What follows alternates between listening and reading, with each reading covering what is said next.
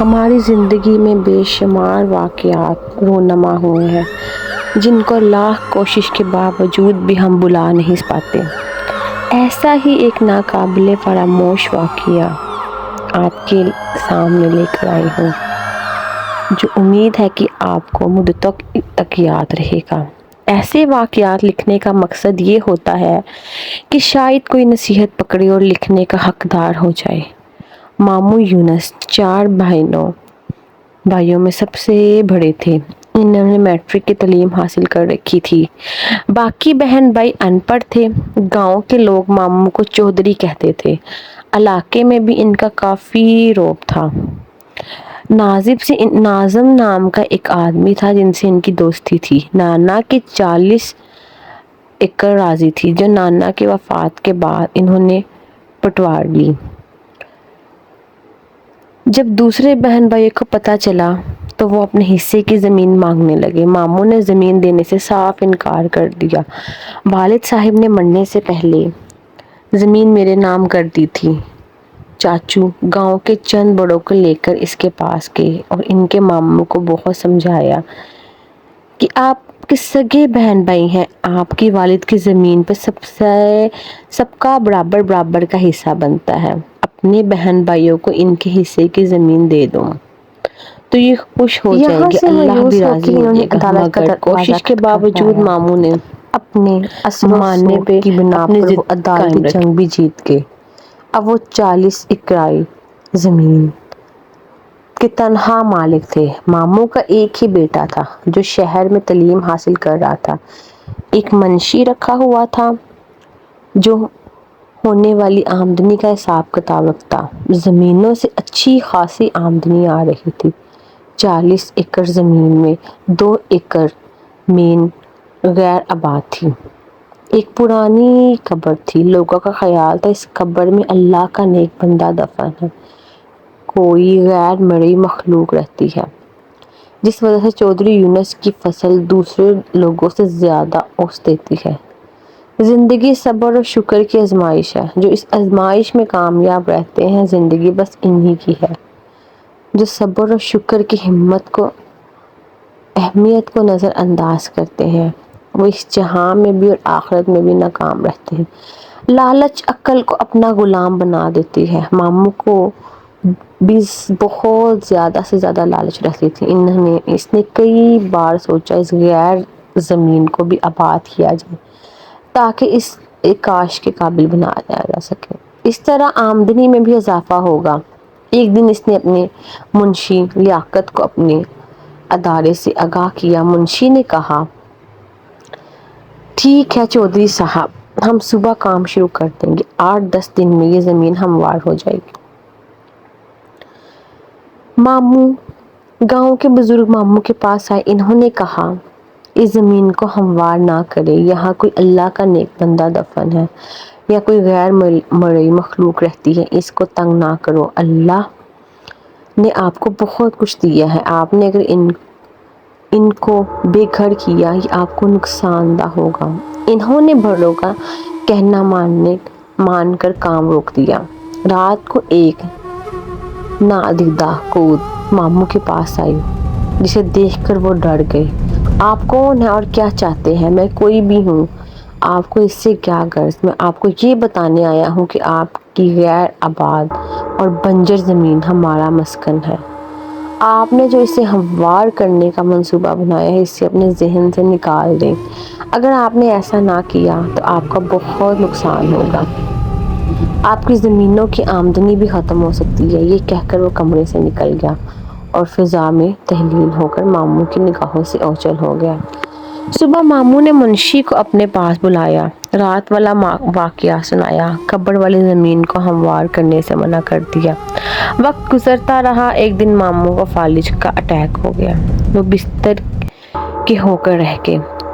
زمینوں کی دیکھ بھال بھی انہوں نے بس کام نہیں تھا، لہٰذا ان کا بیٹا حارث تعلیم ادھوری چھوڑ کر واپس آ گیا۔ اب وہ زمینوں کی نگرانی کرتا۔ اپنے باپ کی طرح حارث نے بھی غیر آباد زمین کو ہموار کر کے اسے قابل کاشت بنانے کا ارادہ کر لیا۔ اس سلسلے میں جب اس نے منشی سے بات کی تو اس نے کہا پہلے بڑے چودھری سے بات کر لے، انہوں نے یہ زمین آباد کرنے سے منع کیا ہے۔ حارث نے اپنے والد صاحب سے بات کی، ماموں نے بتایا یہاں غیر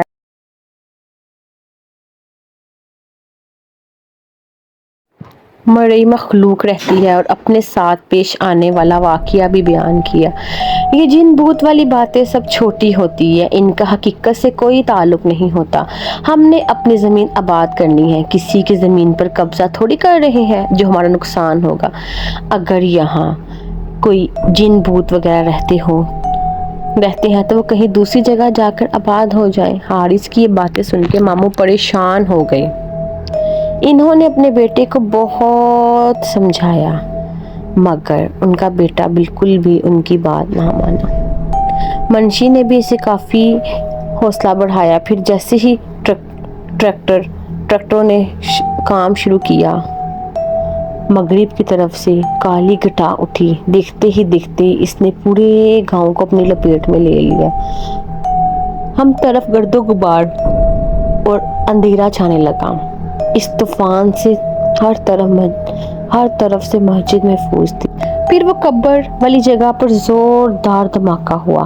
کام کرنے والا ٹریکٹر بھی خشک پتوں کی طرح دور جا کر گرا۔ حال ڈرائیوروں اور کام کرنے والے مزدوروں کا تھا۔ ہم آج کسی کو نہیں چھوڑیں گے، ہم تمہارا نام و نشان مٹا دیں گے۔ ہم نے آرام و سکون برباد کیا ہے، ہمارے بچوں کو مارا ہے، ہم تمہاری نسلوں کو مار دیں گے۔ یہ آواز اس قدر خوفناک اور خراب تھی کہ ہر روح کو خوف آنے لگا۔ اس طرح ایک طرف قیامت برپا تھی، ایک نزیدہ کود حارث کو اٹھا کر چھت تک لے گئی اور پھر ایک دم چھوڑ دیا۔ دھرم سے فرش پر کمر کے بل گرا۔ اس کو کافی چوٹیں لگی۔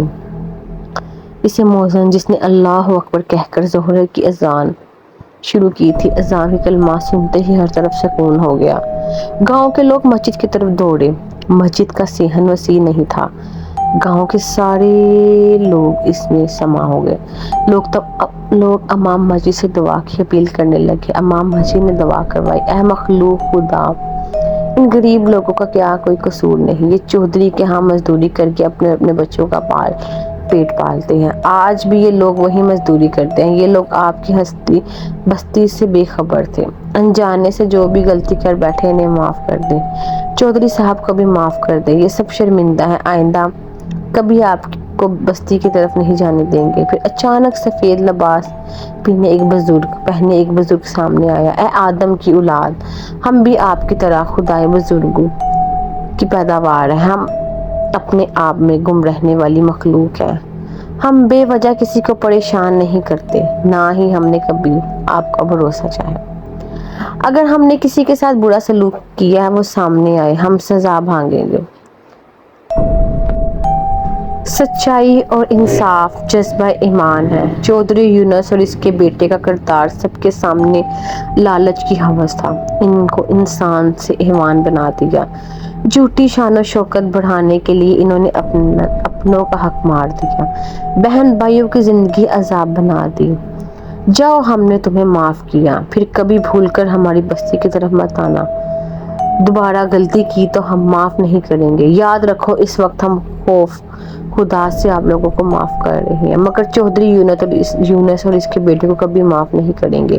ان کو ہم تڑپا کر ماریں گے، ہم ان کو ضرور سبق سکھائیں گے۔ انہوں نے اپنوں کے ارمانوں کا خون کیا، ہماری بستی کو گرایا، یہ معافی کے حقدار نہیں۔ ان کو معافی اسی صورت میں مل سکتی ہے اگر یہ اپنے بہن بھائیوں کو حصے کی زمین واپس کر دے اور دوبارہ کبھی بستی کا رخ نہ کرے۔ سب لوگ گردنیں جھکائے اپنے بزرگ کی باتیں سننے لگے اور ان کی دہشت سے ہر کوئی کانپ رہا تھا۔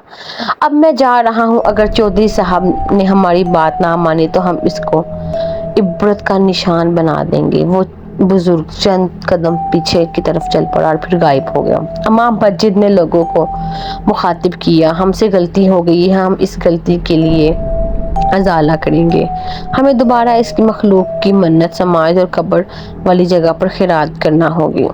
ہمیں ہر حال میں اس مخلوق کو راضی کرنا ہوگا. اگر ہم نے ایسا نہ کیا تو پورا گاؤں راہ کا ڈھیر بن جائے گا. اسی وقت گاؤں کے ہر بندے میں اپنی حیثیت کے مطابق امام مسجد کو پیسے جمع کروائے اور شام کو قبر والی جگہ پر خیرات کی. ماموں یونس نے اپنی بہن بھائیوں کو وہاں بلا کر ان کے حصے کی زمین دے دی. گاؤں کی رونق پھر سے بحال ہو گئی، لیکن ماموں کی حالت پہلے سے زیادہ خراب ہو گئی تھی. ایسا محسوس ہو رہا تھا کہ ماموں کا آخری وقت قریب آ گیا ہے. گاؤں کے بڑے عیادت کے لیے آئے اور مشورہ دیتے، چودھری صاحب اپنے بہن بھائیوں کو راضی کر لو، ان سے معافی مانگ لو. بڑوں کی بات مان کر ماموں نے بہن بھائیوں کو اپنے پاس بلوایا اور اپنے کیے کی معافی مانگی. سب بہن بھائیوں نے انہیں معاف کر دیا. ایک بار پھر جنات کی بستی میں خیرات بانٹی. لوگ خیرات کے چاول کھا رہے تھے. ایک دم ایک لمحے کے لیے سب کچھ روشن ہو گیا. امام مسجد نے کہا، جنوں نے دل سے چودھری صاحب کو معاف کر دیا ہے. دوسرے دن حارث نے اپنی والد کو شہر کے ایک ہسپتال داخل کروایا اور وہ آہستہ آہستہ تندرست ہونے لگے. ایک ماہ ہسپتال میں رہنے کے بعد وہ گھر آ گئے. ماموں اب مکمل طور پر صحت یاب ہو چکے تھے. پیارے دوستو، یہ کہانی سنانے کا مقصد صرف یہ ہے کہ ہمیں غیر مرئی مخلوقات کی جگہ کا احترام کرنا چاہیے اور ان کے ساتھ چھیڑ و چھاڑ سے بچنا چاہیے، ورنہ نقصان ہو سکتا ہے. آخرکار سچائی اور انصاف سے بڑھ کر کوئی چیز نہیں ہوتی اور زندگی میں معافی اور درگزر کی قوت کو اپنانا ضروری ہے تاکہ اللہ کی رضا حاصل کی جا سکے. اس کہانی کا یہ پیغام ہے کہ لالچ سے باز رہو، دوسروں کے حقوق کا احترام کرو اور صبر و شکر کے ساتھ اپنی زندگی گزارو.